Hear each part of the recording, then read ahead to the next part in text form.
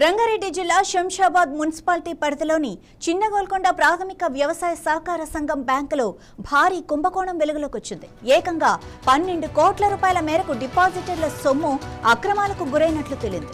Bank మాజీ CEO బల్లమోని Yadaiah, clerk Surender Yadav కలిసి డిపాజిటర్ల డబ్బును కాజేశారన్న ఆరోపణలు వస్తున్నాయి. ఈ అక్రమాలు 2008 నుంచి 2011 మధ్య జరిగినట్లు డిపాజిటర్లు చెబుతున్నారు. ఈ విషయం బయటకు రావడంతో ఖాతాదారులు ఆగ్రహం వ్యక్తం చేస్తున్నారు. బ్యాంకు కార్యాలయం ముందు వందల సంఖ్యలో ఖాతాదారులు గుమిగూడి నిరసనలకు దిగారు. వారి కష్టార్జితం కోల్పోయామంటూ కన్నీళ్లు పెట్టుకుంటున్నారు. తమ కష్టార్జితాన్ని తిరిగి చెల్లించాలని డిమాండ్ చేశారు. పరిస్థితి ఉద్రిక్తంగా మారడంతో పోలీసులు రంగంలోకి దిగి భద్రతను కట్టుదిట్టం చేశారు.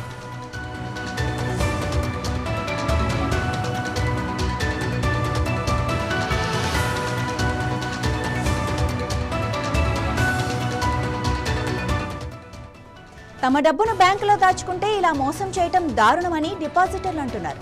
బాధ్యులైన మాజీ సీఈఓ బల్లమోని యాదయ్య, క్లర్క్ సురేందర్లపై కఠిన చర్యలు తీసుకోవాలని, వారిని అరెస్టు చేసి తమ డబ్బును రికవరీ చేయాలని డిమాండ్ చేస్తున్నారు.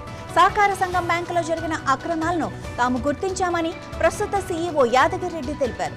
ఈ విషయంపై ఇప్పటికే జిల్లా అధికారికి ఫిర్యాదు కూడా చేసినట్లు చెప్పారు. కుంభకోణంపై పూర్తి నివేదిక అందిన తర్వాత బాధ్యులపై చర్యలు తీసుకుంటామని హామీ ఇచ్చారు. బ్యాంకు కార్యకలాపాలు పారదర్శకంగా జరిగేలా అన్ని రికార్డులను పరిశీలిస్తున్నామని, డిపాజిటర్లకు ఎలాంటి నష్టం జరగకుండా చూస్తామని యాదగిరి రెడ్డి హామీ ఇచ్చారు.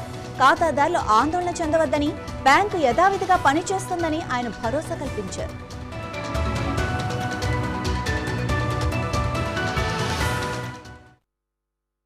నుంచి కానీ వాళ్ళు ఒప్పుకున్న అమౌంట్ ఇప్పుడు మనకి ఇవాళ నోటీసులు ఇచ్చినాము.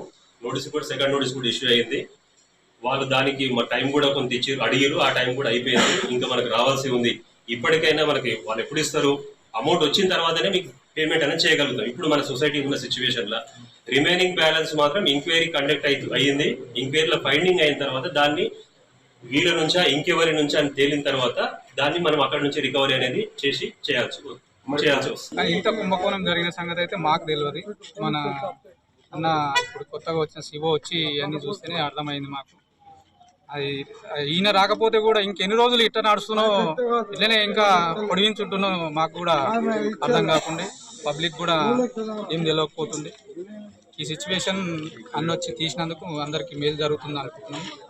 ఇది ఇప్పుడు ఎంక్వైరీ ఆఫీసర్ గారు కూడా చెప్పినట్టు వాళ్ళ మీద గట్టిగా చర్య తీసుకొని ఏదో ఒకటి రైతులకు, డిపాజిటర్లకు అందరికి న్యాయం చేయాలని కోరుకుంటున్నాం. ఇట్లా రాసిన బాండ్ ఇచ్చారు. ఈ బాండ్ ఉంది, ఆన్లైన్ లో లేదు, అమౌంట్ లేదా, రైతు ఎవరిని అడుగుతాడు? అన్ని రైతులు పెట్టింది 700 మంది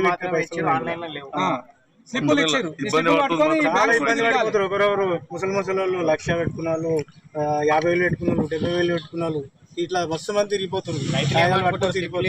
అయిపోయింది. ధైర్యంతో